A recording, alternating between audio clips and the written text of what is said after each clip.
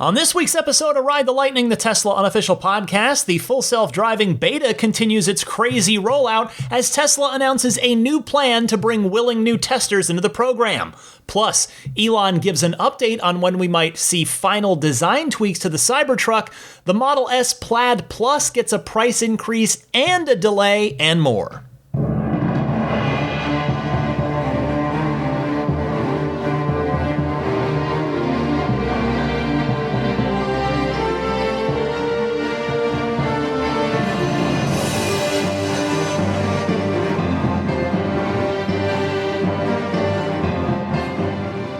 Howdy, friends. Welcome to the March 7th, 2021 edition of Ride the Lightning, the Tesla unofficial podcast. It's episode 293, and as usual, there is plenty of interesting stuff to cover this week.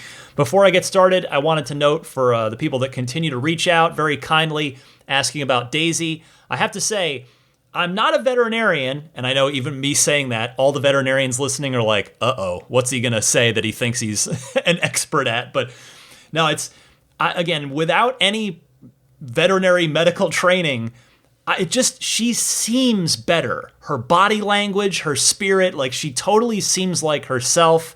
The coughing has stopped. I mean, we've still got another 5 weeks until her next checkup to get another look at her chest and know for sure, but I'm really feeling good about her recovery right now, and I'm hoping that's just not my own blind love and optimism. Hopefully the medicals will reflect that in another 5 weeks. But thank you to all of you who continue to reach out and ask about her.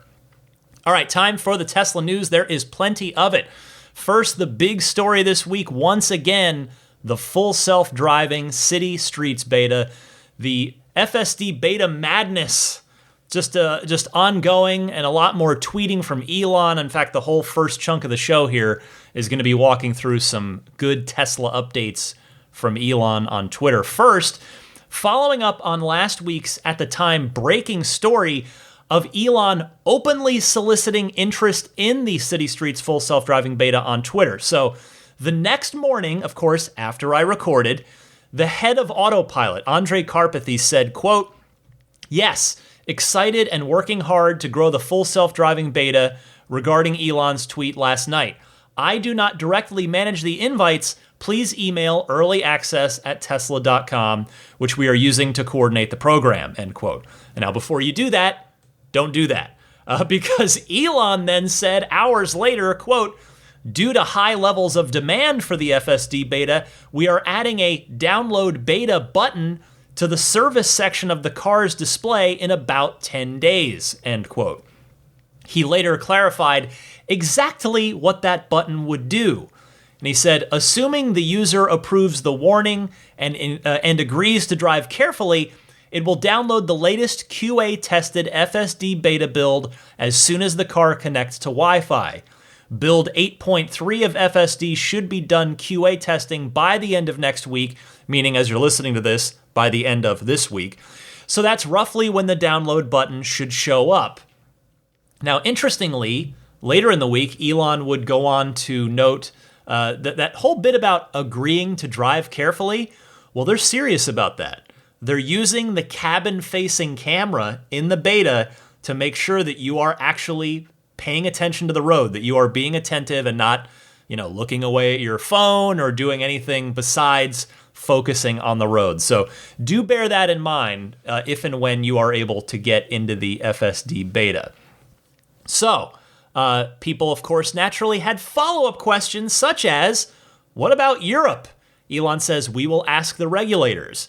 What about Canada? Elon says, should be very soon. There are many subtle differences between US and Canada roads, so it's harder than it seems, end quote.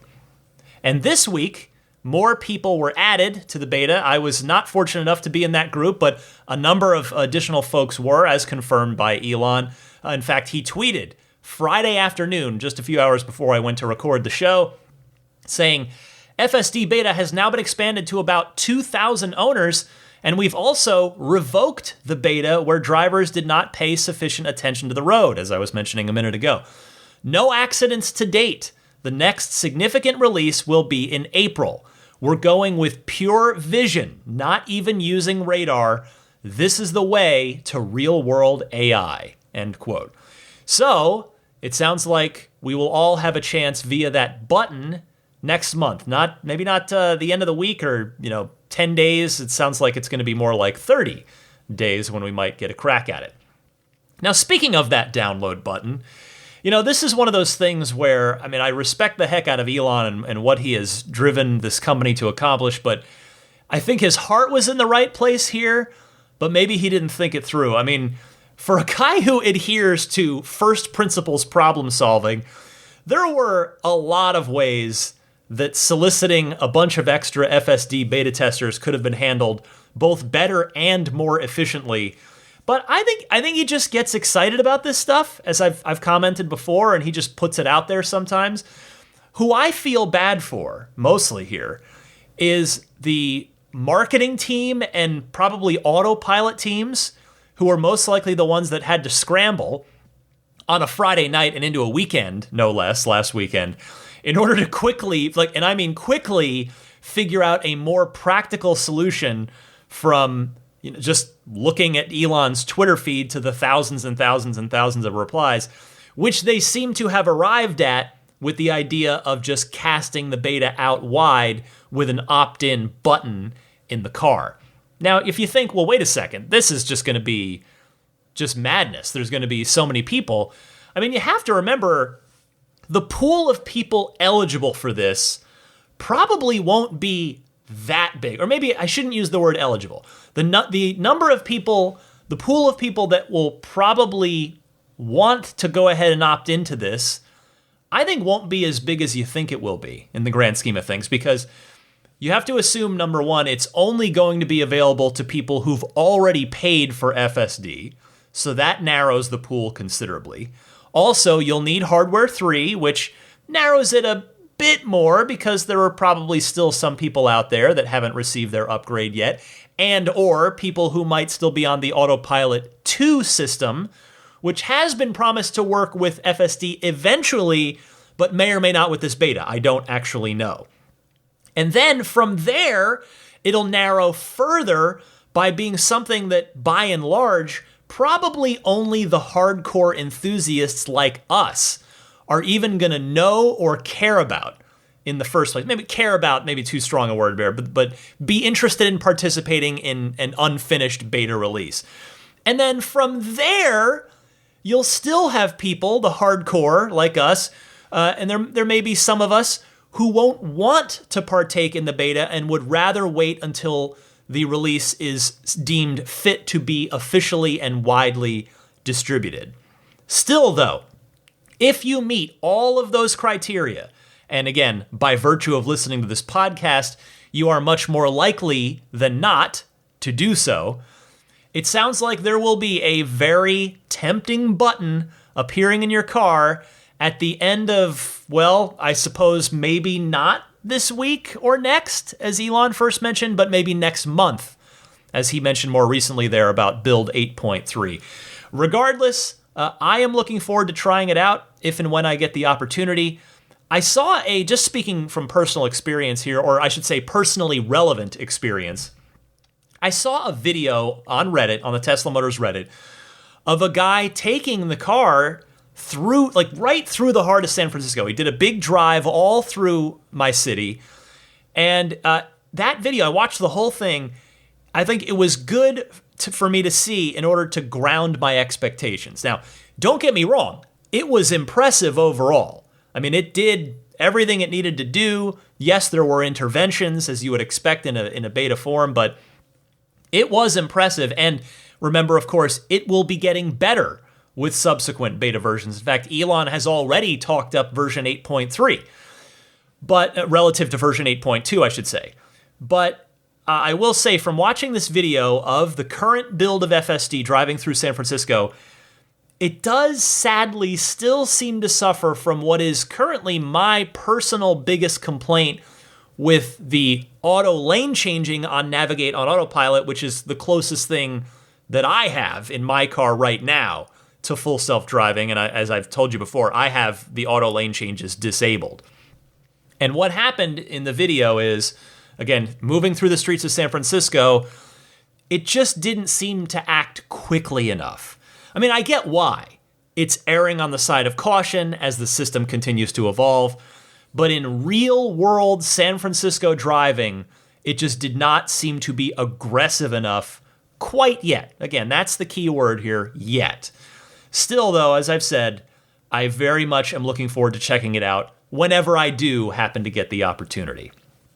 Next up this week, responding to a CNBC report that said SpaceX wants to connect its Starlight satellite internet network to moving vehicles, i.e. Teslas, Elon took to Twitter to clarify CNBC's report, saying, not connecting Tesla cars to Starlink, as our terminal is much too big. This is for aircraft, ships, large trucks, and RVs. So I bring this up because Starlink, as it pertains to the use in Tesla vehicles, has come up before on this podcast. I've had calls about it. It's come up at earnings calls. I've played clips about it. And Elon has said, he has long said, that Tesla vehicles are not going to get Starlink, at least not anytime soon. Because I do think long term, there's probably a very high chance that they will eventually.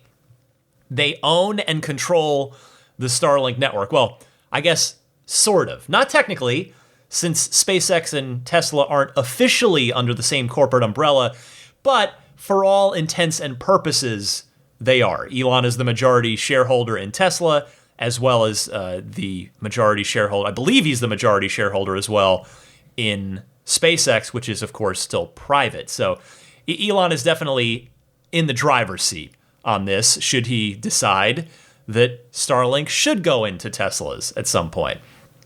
And really, in the long term, when the Starlink network is mature, it is definitely possible, and as I said, probably quite probable, that Teslas would switch over to that and go ahead and phase out cellular.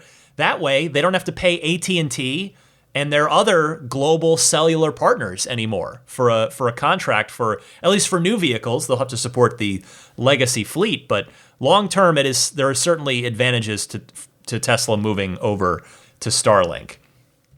Another story this week, yes, there are plenty.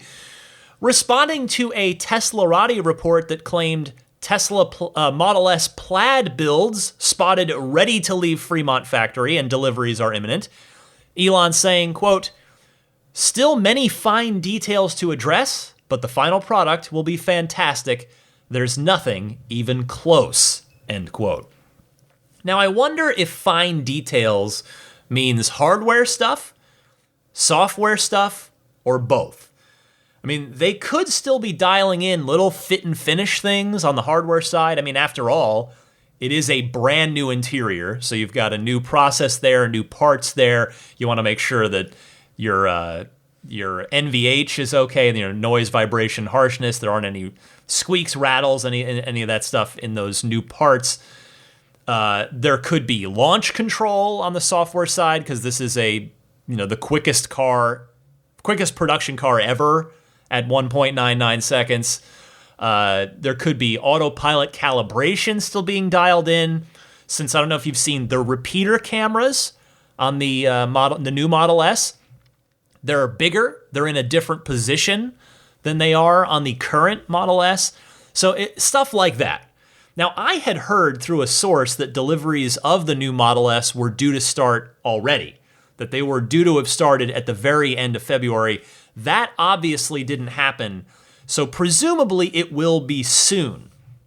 I do expect that even in the worst case, that at least a few of them, barring some just, show-stopping item, at least a few of them are probably going to get delivered by the end of March here, so that when the earnings call and shareholder letter rolls around right afterwards, the Tesla will be able to say that they began deliveries of the new Model S. Because, Tesla, every company really, likes to have good little bullet points like that to tell their shareholders when their earnings are reported each quarter. Although I guess this quote-unquote delay, air quotes, if it's even fair to call it that, which it probably isn't, since Elon mentioned February, but officially Tesla has always guided the first deliveries to be in March. It does, at least, this still gives time Elon to do that media call that he said he would do to discuss the new features and details of the new Model S. I would love to hear that call because I'm really eager to learn some of the nitty-gritty new things about this upgraded Model S. More Elon tweets.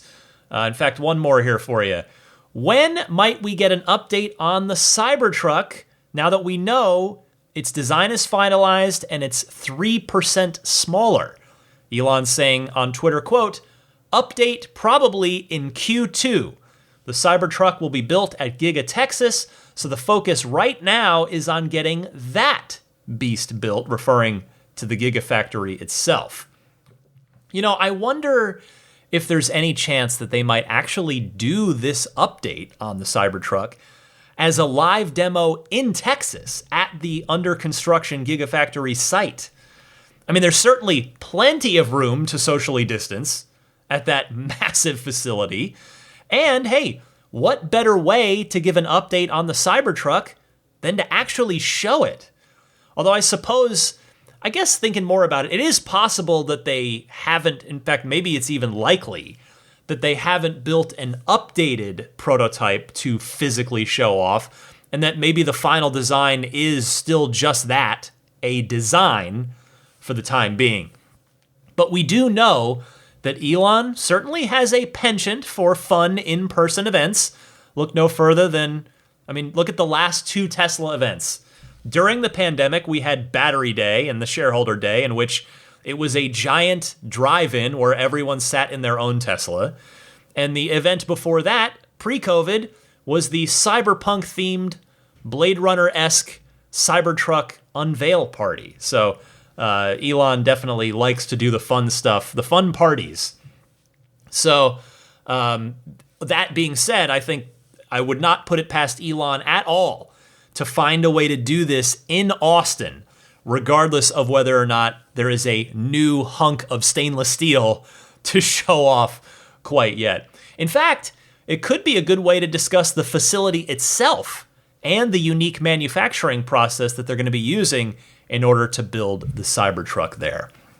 You know, Q2, as Elon said, that's AKA the next 3 months, Q2 could end up being really, really exciting ones for us Tesla enthusiasts. Look at this. Look what's due to happen, probably. You never quite know. But look what's on the calendar for the moment in pencil for Q2. You've got the possible wide rollout of the FSD beta, or at the very least, the sort of voluntary opt-in button in Q2. You've got the official launch of both the new Model S and the Model X as well. And hopefully, as again, the current word of Elon, the rollout of the full self-driving subscription option. We'll find out how much that costs, what the details are there.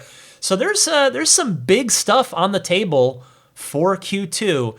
And as always, I am looking forward to talking about all of it with you. So stay tuned every week. I'm here every Sunday, 9 a.m. Eastern, 6 a.m. Pacific. But I am not done in the world of Tesla news yet. Not even close, actually. There are several more stories to get to this week as I scroll down my how many pages? 17 pages of notes this week. Usually the show is like 12 or 13 pages of notes, so that tells you how busy things are this week. Next up, the world's biggest battery makers are lining up to get contracts to build Tesla's 4680 cells. In a Reuters exclusive, they write, quote, LG Energy Solution aims to build advanced battery cells for Tesla electric vehicles in 2023 and is considering potential production sites in the United States and Europe, two people familiar with the matter told Reuters. Tesla has not yet agreed to a deal that would expand LG's role in its supply chain beyond China, one of the sources said. Last week, the Korean battery maker told Korean reporters it plans to build a U.S. factory where it would make battery cells for EVs and energy storage systems to cater to U.S. and global customers as well as startups. It did not identify potential customers then, but one of the sources said it was hoping Tesla would buy the batteries. Quote, LG plans to produce 4680 cells at its new U.S. facility. They plan to build a new 4680 cell line to supply Tesla's Giga Berlin in Europe, one of the sources said, adding that Spain is one of the candidates for the European battery plant. Well, look now. I mean, again, I like to say pull back and look at the 10,000-foot view sometimes. Look at the ripple effect that Tesla is having on other industries. They are now causing other companies to build gigafactories to make batteries on a massive scale. Not just like other car companies, which they're doing, or I should flip that. Not just battery companies like LG, but they're going to be causing car companies to have to do it too. So it's just crazy to see that. And that, as Elon himself would certainly acknowledge, that is the company's mission statement coming to life right before our eyes. It's great to see. It's fun to watch, isn't it? As we get to sit here as Tesla owners and enthusiasts and just look at the domino effect, the ripple effect that's happening. It's really cool. Now, as for that LG factory, okay, well, if there's going to be one in the U.S., where? I wonder if they might build it in Nevada, where Elon has already said back at Battery Day that Tesla's already secured the rights to a plot of land large enough to supply their needs on a large scale for a long, long time. And also, of course, Nevada's where Gigafactory 1 already is, in order for LG to potentially link up nice and easily with Tesla's other supply chains there. And even if not, you would be a fairly short Tesla semi-trip away from the Tesla factory here in Fremont. So Nevada could make a lot of sense. For the same reasons, Texas would also seem like a good candidate. You'd not only have tons of land to potentially develop on for said LG battery factory, you'd also have a close proximity to a Tesla Gigafactory. Maybe it could end up being somewhere in between. We know, Tulsa, Oklahoma was a finalist for the Gigafactory that ended up going to Austin. So maybe Tulsa tries to woo LG here for their battery plant. Could happen. Either way, whichever way LG ends up going, I am fairly confident. Which, of course, I say that based on nothing, right? Like I'm not an expert in business. I'm not an expert on LG itself, but it just seems like the western half of the U.S. would be the most logical reason for an LG battery factory. If they're aiming to build 4680 cells for Tesla, you'd want to stay close-ish to Tesla's basically three large facilities, right? Giga Texas, Tesla Factory Fremont, and Giga Nevada. So seemingly it'll be somewhere closer rather than farther from those places. Speaking of Giga Texas, this is interesting. It seems that Tesla might quietly be building a giant battery system to assist the Texas power grid, which of course it was national, if not global news recently. It came that same Texas power grid came under heavy scrutiny recently during the ice storms. Now, this story comes via Teslarati via an original report from Bloomberg. Teslarati writing, as per recent reports, a Tesla subsidiary registered as Gambit Energy Storage LLC is currently building a 100 megawatt plus battery storage system in Angleton, Texas, about 40 miles south of Houston. The massive utility-scale battery will be connected to the same grid that failed during the past month's freeze. Despite being built through a subsidiary, the 100 megawatt battery in Angleton could be considered as Tesla's first notable foray into Texas's mainstream energy sector. Quite interestingly, the project almost seemed like it was being built in secret, as workers at the site reportedly kept equipment hidden and onlookers were discouraged. However, the presence of Tesla logos on a worker's gear and several public documents have linked the project to the Elon Musk-led company, as per a Bloomberg report. Well, I mean, it makes sense on paper, certainly. Tesla has clearly planted roots in Texas. They've put their stake in the ground. And since Texas's grid is not nationally regulated, Tesla's able to jump in there pretty easily, in terms of contextually speaking. It's also probably a bit of a direct, maybe, unintentional, but a shot across the bow of fossil fuels as well, given that Texas has obviously historically been a big oil state, and this Tesla project brings sustainable energy into the mix. I do wonder why they've chosen to do this quietly, though. I mean, I'm sure they have their reasons, but I wonder why they wouldn't just announce it. Just announce, go public that they're doing it. It's interesting. All right, next up this week, still more. Yes, there is plenty more to talk about. The Model S Plaid Plus, which, as you know, isn't even out yet, has seen a price increase of $10,000. And on top of that, first deliveries have shifted from fall of this year to mid-2022. The Plaid Plus S now starts at $150,000, maxes out at $169,000 if you check every box you possibly can, meaning multi-coat red paint, since that's the most expensive paint option, the 21-inch arachnid wheels, $10,000 full self-driving, white interior, and I think that's all of it. Anyway, this car, of course, was only announced a month ago.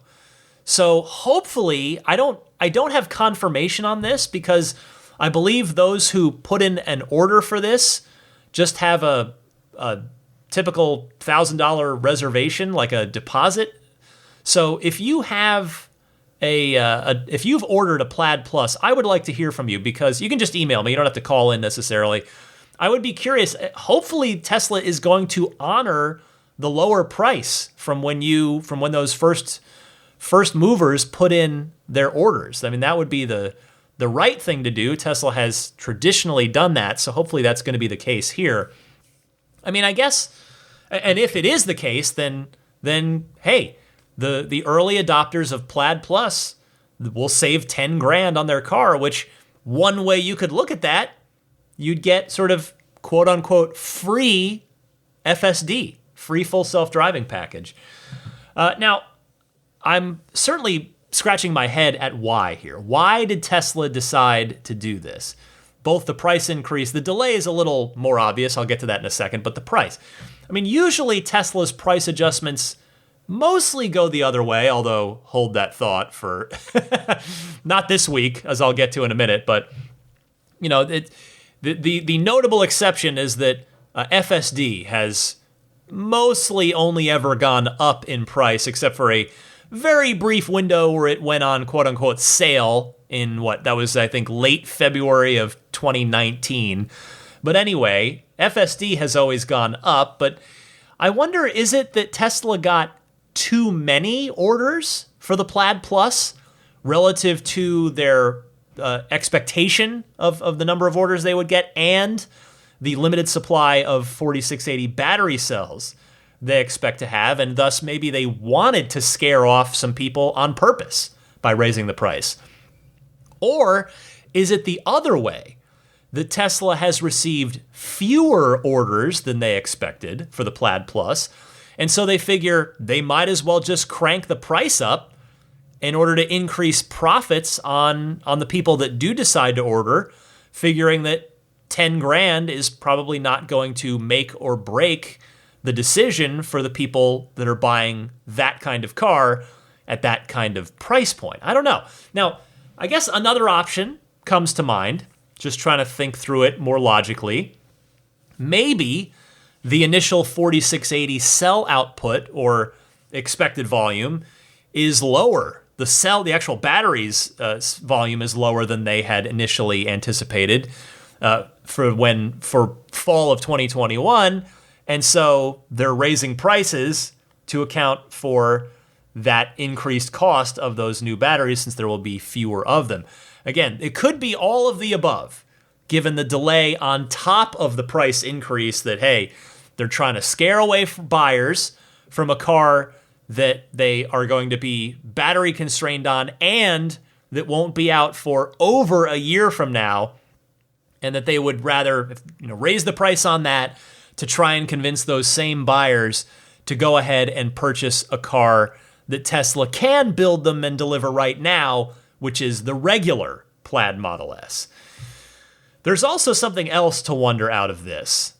If there is a battery issue here, a battery supply issue, will this mean that the Plaid Plus S could end up coming out at about the same time as the Roadster, or is the Roadster going to be pushed back again? All of these questions are important, interesting questions that the community would like answers to, and hopefully Elon will do that call that he mentioned. I already talked about it on this podcast, that he said on the earnings call, I'm going to do a call about the new S and X to talk through all the new features. I really hope he does that because I would love to sit in on that call if and when it happens. I mean, that's assuming that they set it up the way they set up an earnings call where they do a Q&A portion. All right, speaking of price adjustments, as I alluded to moments ago, the Standard Range Plus Model 3 and the Long Range Dual Motor Model 3 each went up by $500. The Performance Model 3 did not. As you remember, the Model 3 Performance already had a $1,000 price increase very recently. And the Long Range Model Y went up $1,000 as well. So again, not quite sure the rhyme or reason to these. I mean, I guess Tesla figures they can get away with it without it affecting sales. I mean, that is the ultimate measuring stick, right? It's what can you charge that people are willing to pay? I mean, I suppose if you look at it, the Standard Range Plus 3 is still down $500 from where it was just a few weeks ago, not very long ago at all, $37,500. And then the Model Y, meanwhile, now starts. You cannot get a Model Y for less than $50,000. And Tesla must really feel like they've got plenty of demand, and all evidence does suggest that they do, since, of course, the standard range Model Y is gone. So the Y starts at $50,000 now, whereas the Model 3 starts at $37,500. So there's now a pretty big disparity between the base Model 3 and the base Model Y. That is interesting, because they'd been pretty close there for the brief window that there was a standard range Model Y, but no longer.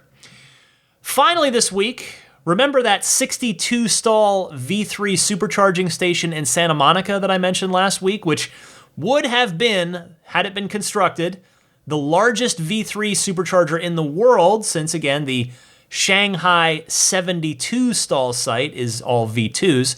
Well, that Santa Monica project has hit a snag.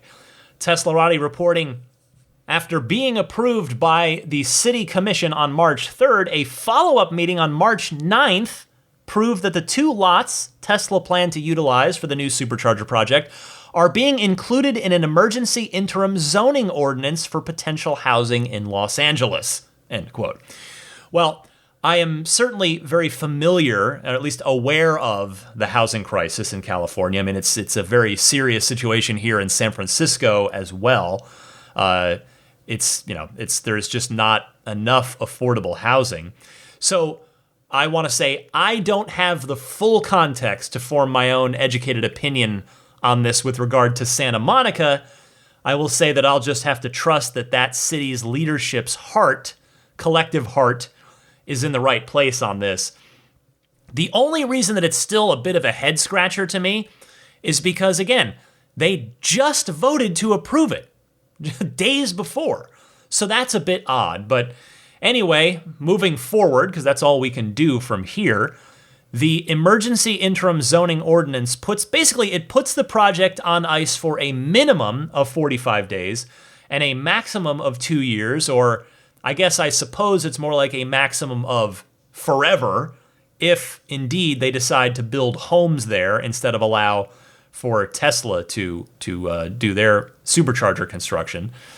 Either way, I have to suspect that Tesla's going to be looking into alternate sites at this point, which I'm sure they'd probably already done prior to arriving at this site. I'm sure they had other spots that they were looking at.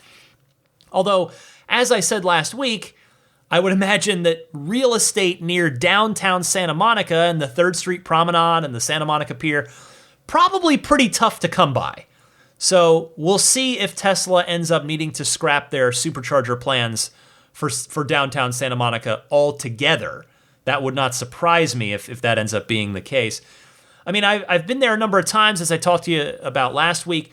There are plenty of multi-story parking garages right down there at the promenade, but I have no idea who owns them or if an arrangement could be worked out to put them in there. Because there are plenty of parking garages around the country, around the world, that have superchargers in them. So it's not, superchargers don't solely exist on flat ground. There are plenty of them in parking garages all over the place. So you never know, maybe that's an option there, maybe probably a more expensive option than the lot that Tesla was trying to get. So we'll see what happens there. But, oh well, for the time being, Fireball remains the world's largest V3 supercharging site and North America's biggest supercharging site, period. And that is everything I've got for you in the world of Tesla news this week.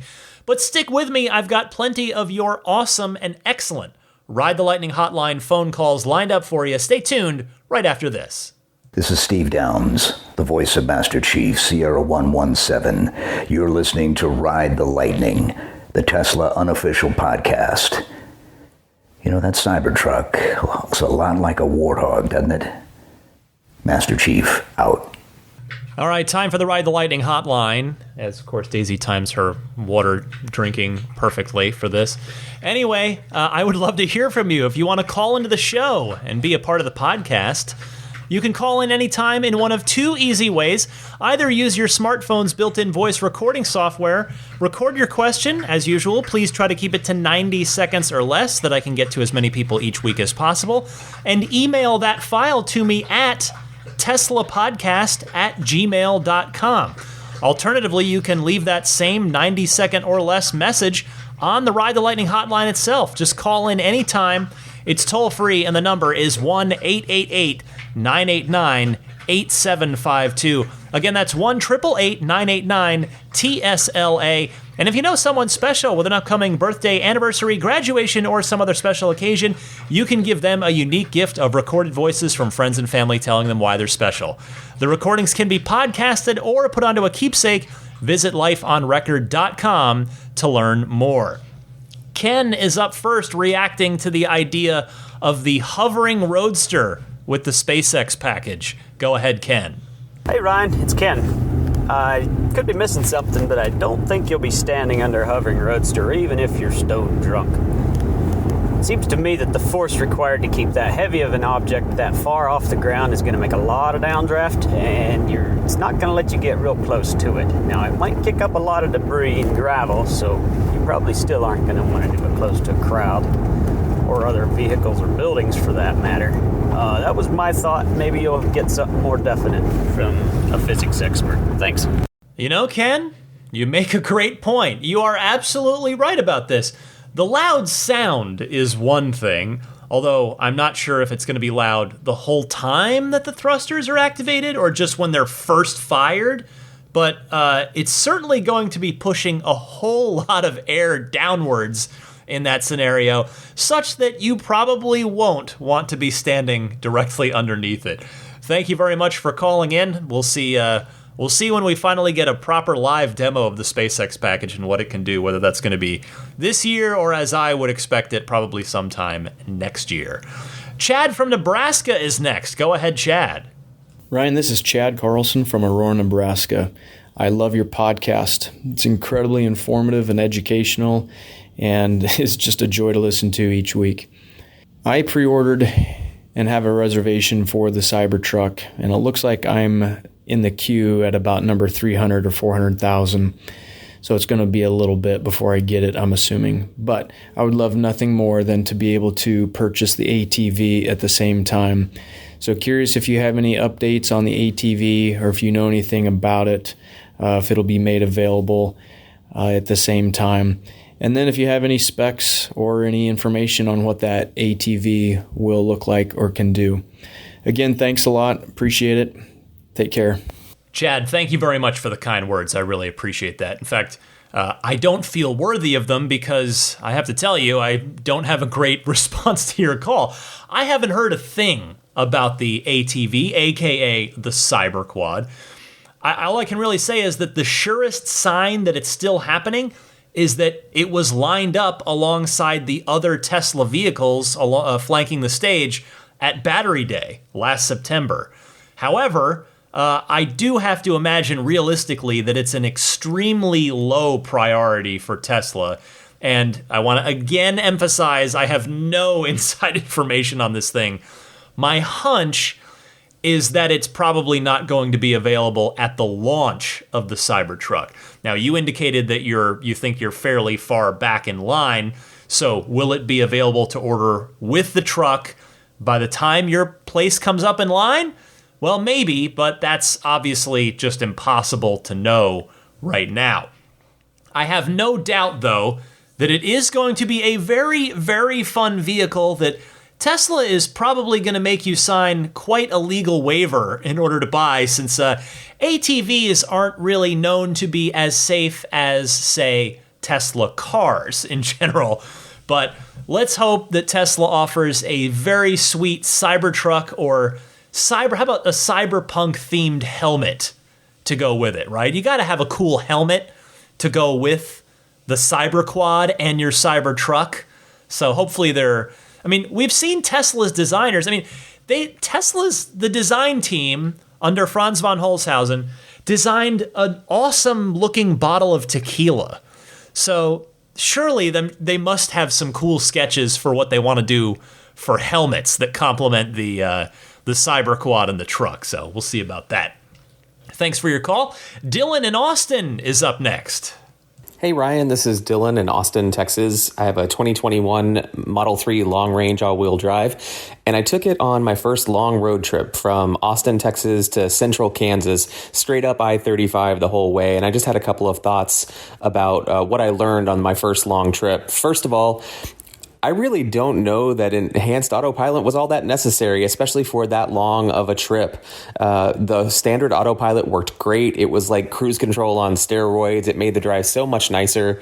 But I don't know that I would recommend enhanced autopilot if that was the kind of driving you wanted to do. Second, learned a lot of lessons about charging. You have to really trust what the car tells you. Otherwise, you'll spend way more time charging, and it really significantly lengthens the trip.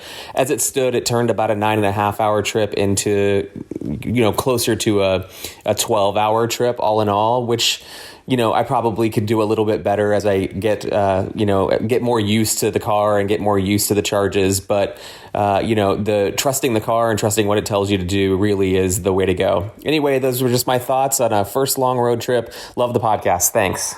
Dylan, welcome to the podcast and congratulations on your new Model 3. First, you are absolutely right that out on the interstate, navigate on autopilot features aren't really going to do too much for you, aside from taking your exits off-ramp automatically and prompting you to pass slower cars. NOA's real benefit, though, is in town on the freeways, because that's where you're probably, as you own the car, going to do the bulk of your highway driving. Second, I went through exactly the same thing you did on my first long road trip.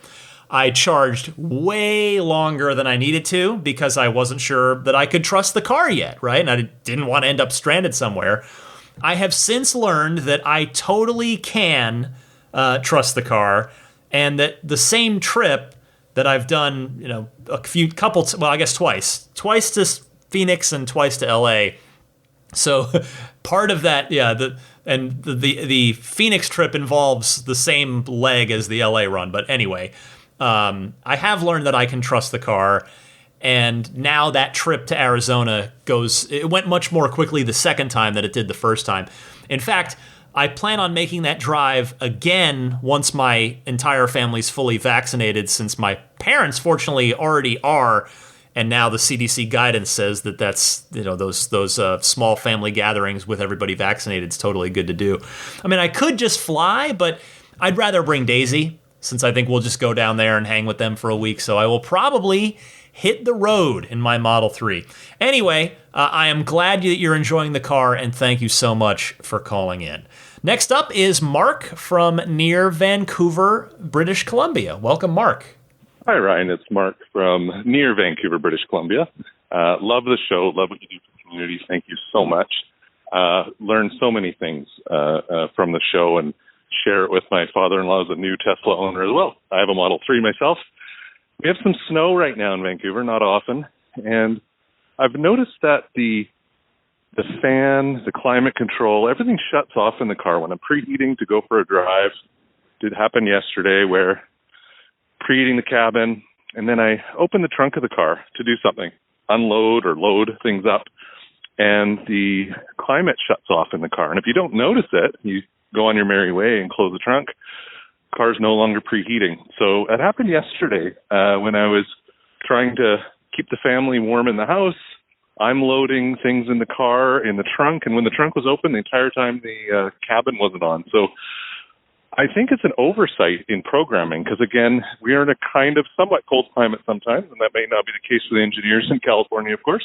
And I'm wondering if the community can help us or help me with that.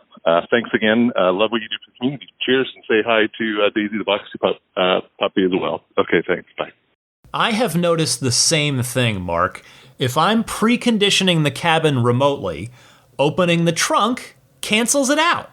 I agree that it does seem like an oversight. I mean, if you're going to turn it off for energy conservation / energy efficiency purposes while the frunk is open, it would make sense for it to automatically turn back on once you close the trunk again, right?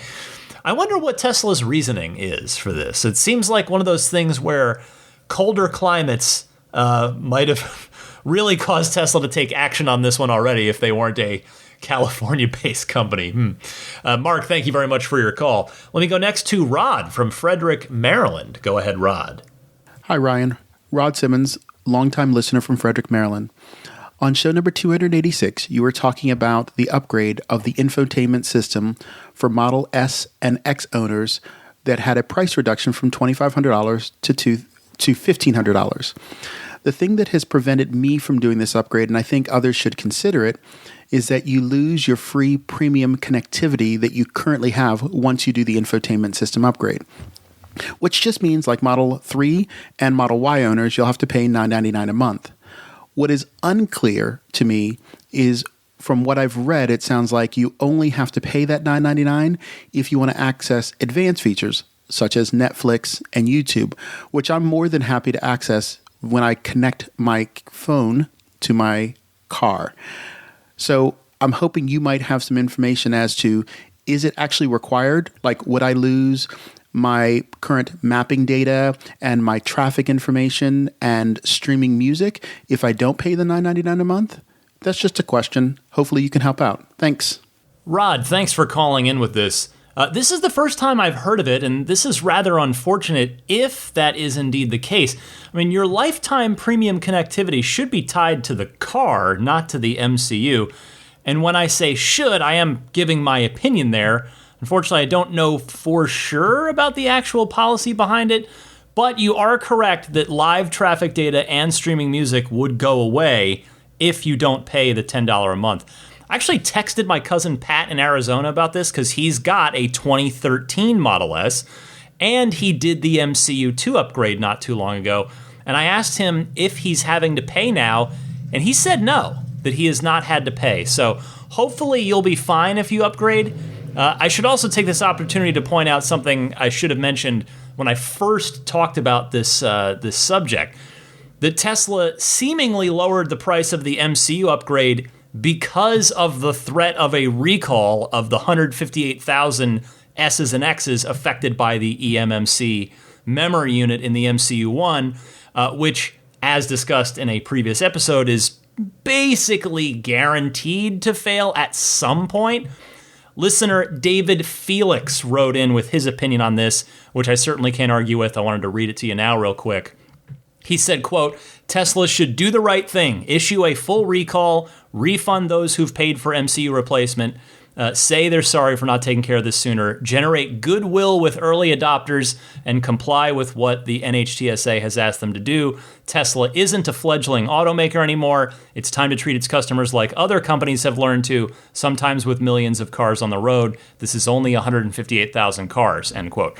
And of course, since both Rod's call and Dave's email there, Tesla did do the recall at the government's behest, and Tesla has now sent out emails informing customers that they may be eligible for refunds if they had this done and paid for it previously. So thank you very much, Rod, for your call on this, and Dave for your email. All right, I think one more call this week. Evan from St. Louis with a plea to his fellow Tesla owners. Go ahead, Evan. Hi, Ryan. This is Evan in St. Louis. Really enjoy the show. The purpose of this call is not so much a question, but more of a plea to fellow Tesla owners. And I'll give you a reason why. My daughter and I were driving southbound, south of St. Louis on Interstate 55 on Sunday, February 28th.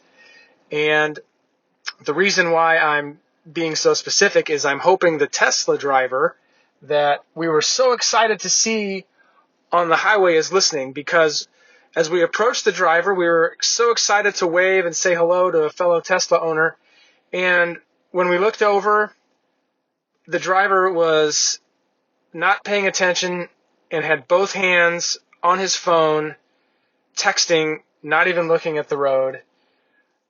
You know, I was very disappointed just because this is a reason for full self-driving to be held up. It was a bad example for my daughter, who I try to be a good example for when I'm driving by not texting and driving. I put my phone in the charger and I leave it. So, you know, we didn't end up waving. We just continued.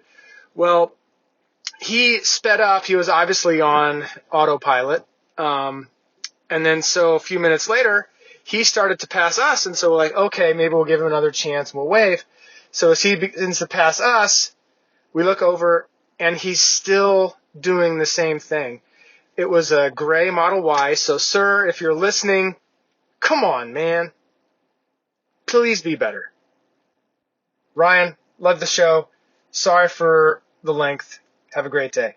Hey, Evan. Well, unfortunately, there are bad drivers out there of every make and model. I mean, the Tesla community is wonderful overall, but, you know, like any group of folks, it's certainly not perfect. I mean, I'm not going to make any excuse for the guy. It is an unsafe thing to do. I've had autopilot screw up on me and require immediate attention, whether it was a phantom braking instance or something like that. And so, you know, not being attentive to the road is just unsafe. It's just not a good idea. Even with autopilot activated. I see it all the time out here in California on cars that don't have the benefit of autopilot, which is even scarier to me. All you can really do, though, for yourself is do what you're doing, which is stay alert and stay vigilant. Thanks so much, Evan. Thanks to everybody that called in.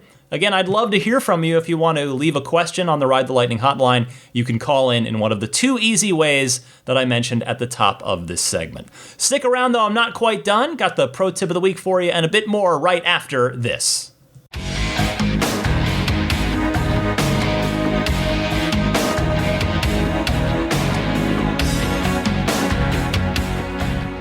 I thought I would take my Spirit of Adventure section of the show to tell you a little bit about the Firebaugh event last week that was through the Tesla Owners of Silicon Valley Club.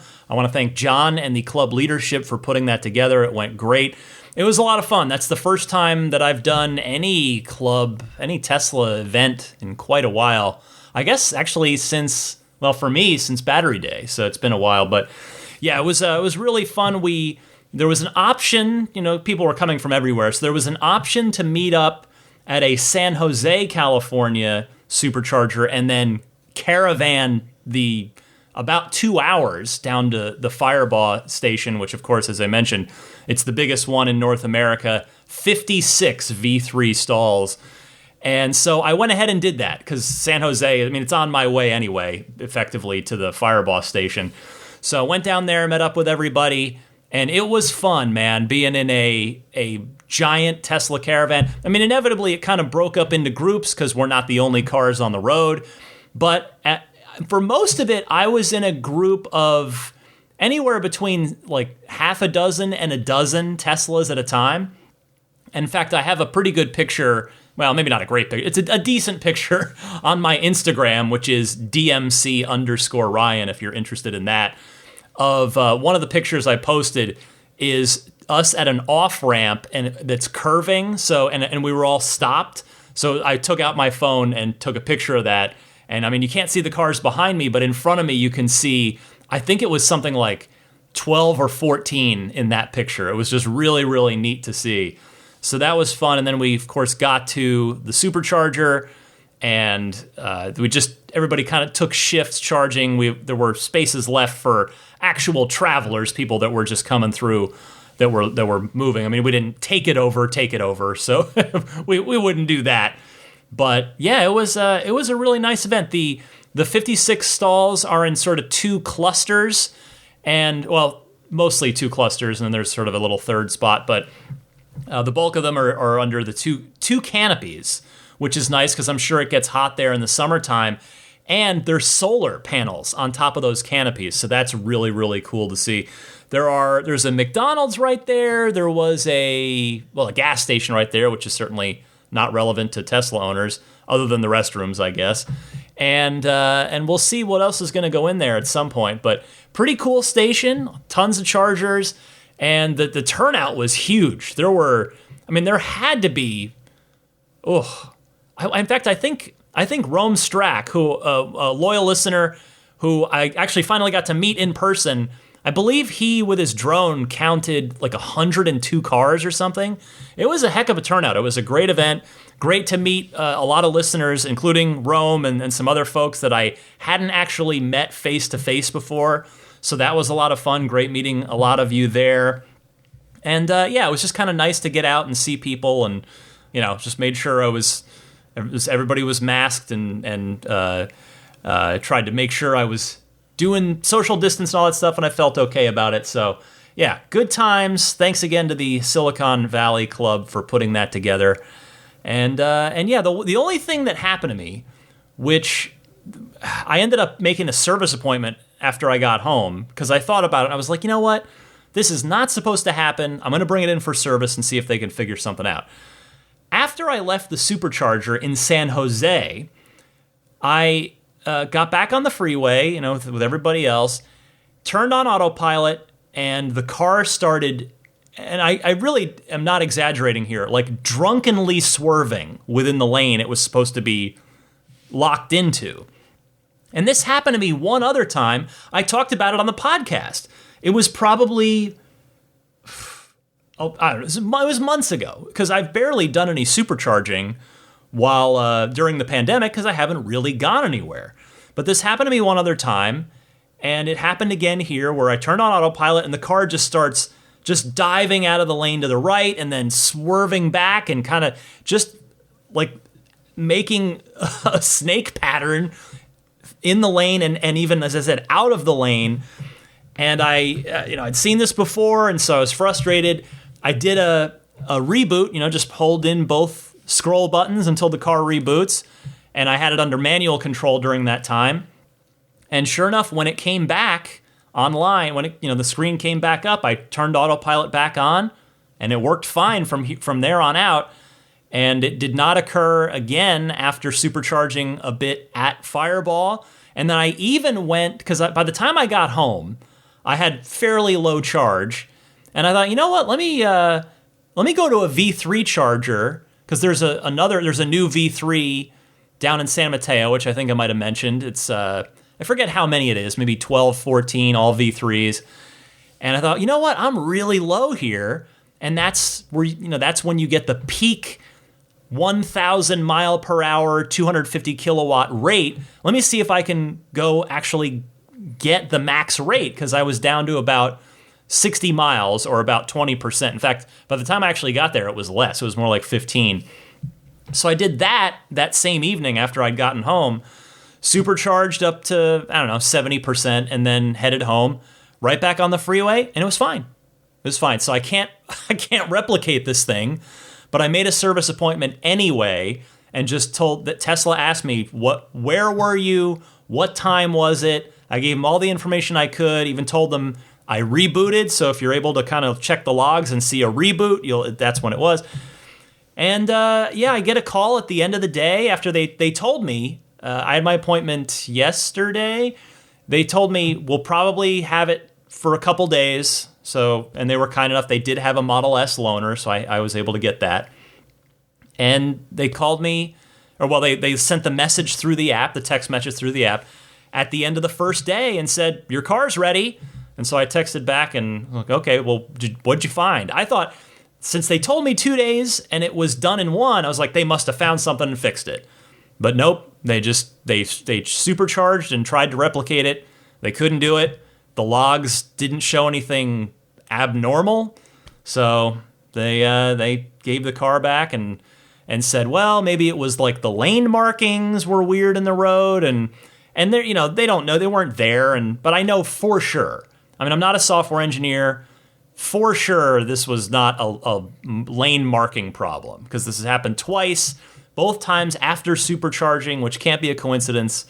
So I don't know what the heck it was, but at least rebooting did fix it. So, when the vaccines or when we're all vaccinated, and like I said, I plan to go visit my fully vaccinated parents in Arizona for the first time in a year and a half, something like that. I don't really want to be having random drunk autopilot usage during that trip, but we'll see what happens. I don't know. It's an unfortunate thing. It clearly should not be happening, but sadly Tesla could not officially find anything and take any action. But anyway, speaking of that Fireball event, your pro tip of the week this week comes from me, but via Fred Sauer, who is one of the Tesla Owner Silicon Valley Club members. And Fred mentioned this to me after I got there. So the quick backstory on this one is that when I departed my house in San Francisco for San Jose, which if you're familiar, it's about a 55 minute ride. Like they're not super close. It's not like it's just the next town down. And so I put in the destination of that particular San Jose supercharger. And as soon as I left my house, it started preconditioning the battery for faster charging, as it does, as you've all seen. Except I was 55 minutes away. And so, and my energy usage was huge. My watt hour per mile so apparently when it's preconditioning, it's definitely using a lot of extra juice and your efficiency goes down, but the trade-off is when you do get to the supercharger, you charge up faster. So that's the calculated trade-off that Tesla has made with preconditioning. And so I was mentioning that to a group of people down at the initial meetup in San Jose, and Fred mentioned, if you just tap that on the screen, tap the preconditioning, it stops doing it, and it will stop that. Which I told him the honest truth, I hadn't even thought to try touching it because there's no button that says cancel or anything. It's just on there. I didn't even think to try touching that. So in case that is ever useful to you where you don't want the car to precondition for whatever reason, whether it's something like my case where you're still really far away from your supercharger destination or what, you just tap that battery preconditioning message at the on the top of your screen there, and it will stop doing the preconditioning. So thank you very much, Fred, for that. And if anybody out there has their own pro tip of the week that they would like to share with their fellow owners and enthusiasts, please call in with it. You dial in, send in your call in one of those two easy ways, the same way that you send in a regular hotline call as I described to you earlier in the podcast. All right, and with that, let me just mention a few friends of the podcast, and then I will get out of here. Hopefully some of these folks can be useful to you. First, shop.teslarati.com/RTL. One thing in particular I just wanted to mention here, because they were mentioning it to me, and this is definitely a very useful product that I do endorse. They've got a premium rear seat pet cover for all 4 cars. In fact, there are 2 variants. There's the hammock style one, and then there's one for just the rear cargo area, which, you're not going to use that in the 3, but in the hatchbacks, in the X, Y, and S, if you want to put your dog in the rear hatch area, there's a cover, pet cover for that too. So I use a pet cover in my car. I highly recommend it. They're great, and the one that Teslarati Marketplace has is really thick. It's really nice. It's just a gray, kind of a nice neutral color. Nothing too crazy. It'll kind of blend in with the car.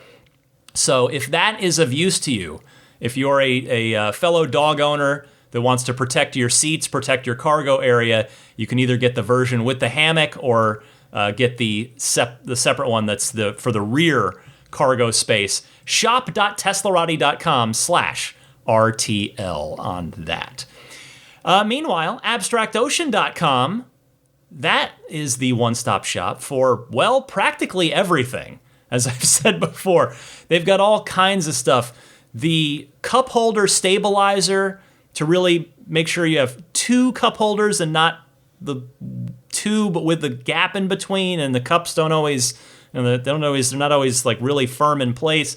That's a nice little product. The lighting kits that go under the front seats for that footwell lighting kit, that's really nice. Just a ton of stuff on there. The center console wraps as well. I mean, those are super useful as far as I'm concerned. Again, because of the scratchy and fingerprinty nature of the original Model 3 and Model Y center console.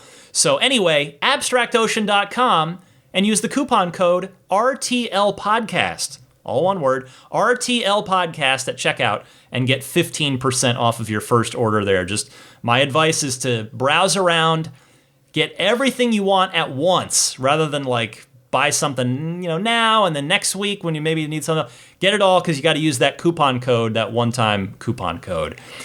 Immaculate Reflections will take excellent care of you and your car if you're in the San Francisco Bay Area.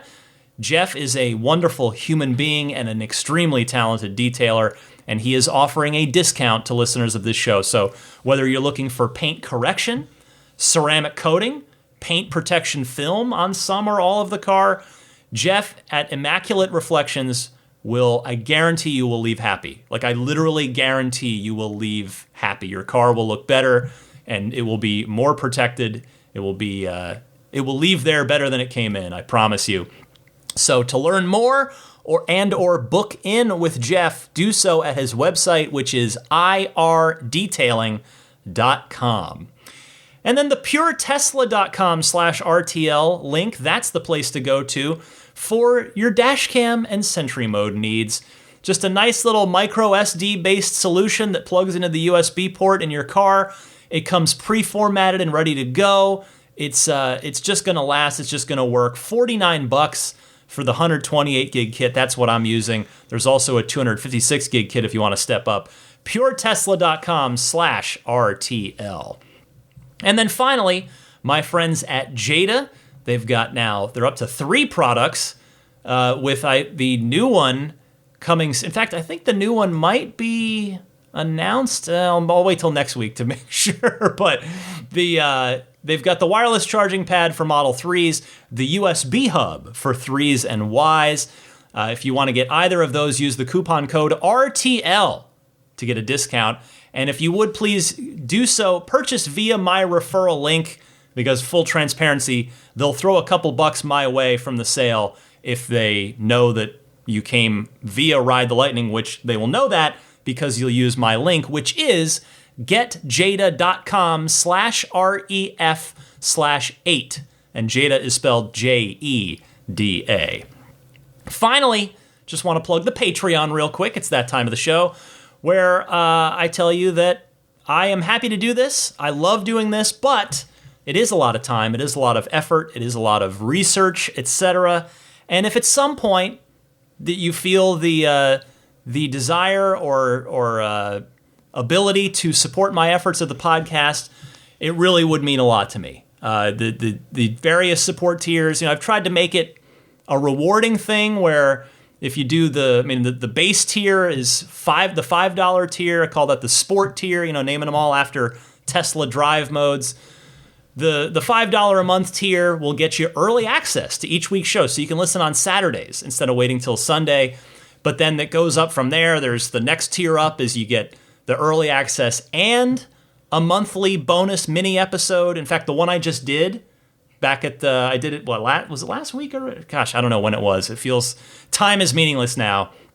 But I just did a big, long behind-the-scenes talk about the day I interviewed Elon. So kind of the behind the scenes of that. So there's that. Just the perks go on up. So again, the show will always be free. It's always there, but it's if you see to it at some point that maybe you can throw me some support, boy, it would make a heck of a difference in my life. So the website to go to for that, it's patreon.com/Tesla podcast. And Patreon is spelled Patreon. As I mentioned, I think last week, there are also annual subscription options. So if you just want to pay once for a year, you can support me that way as well. And doing so, actually, by giving me a year of support, you'll get a 5% discount. So it's almost, depending on the tier, it's kind of like 1 month free in a sense. So that's that. And finally, I mentioned my Instagram. Email, I've told you, teslapodcast@gmail.com. Let me end, of course, with the shout-outs to the upper tier Patreon supporters, starting with the Roadster and Space tier, orbiting the Earth with their awesomeness. Pete White, Lyle Austin, Steve Radspinner, my friend on Twitter @Rodam, Fernando Cordero, and the newest Roadster and Space backer, upgrading. Thank you so much, long-time listener, long-time supporter of this podcast, Lawton from Chicago. Thank you so much, Lawton.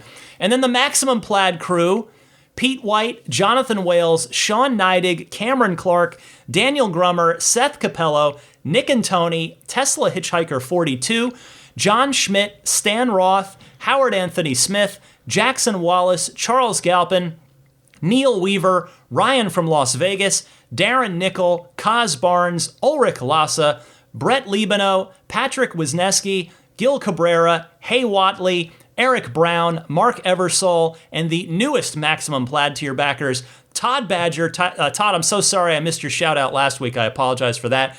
And the Tesla Owners Club of San Joaquin Valley. Thank you to everybody in the San Joaquin Valley Club for supporting the podcast. I do appreciate it. And then the Plaid level supporters, the newest one there, Travis Krenzel. Travis, thank you so much.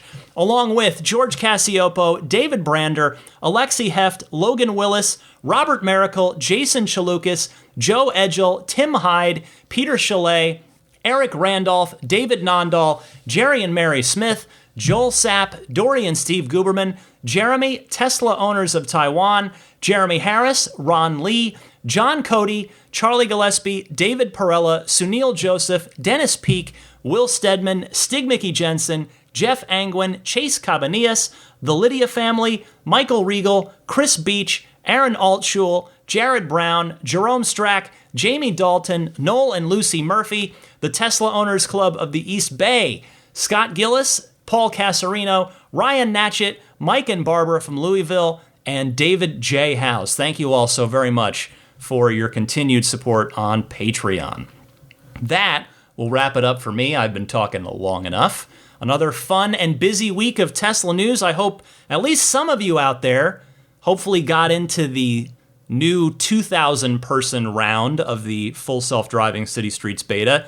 I trust you'll drive safe, but have fun too. That's going to be really cool to just be, experiencing that at the ground level, really. So that's very cool stuff. For a snoozing Daisy the Boxer, I am Ryan McCaffrey. This was Ride the Lightning episode 293. Happy electric motoring, my friends, and I will see you back here next week.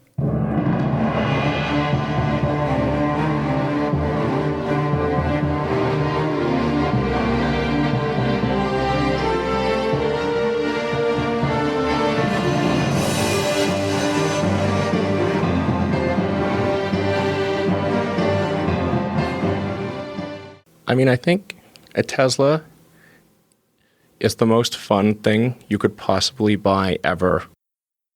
That's what it's meant to be. Our goal is to make it's not exactly a car. It's actually a thing to maximize enjoyment. It's maximum fun.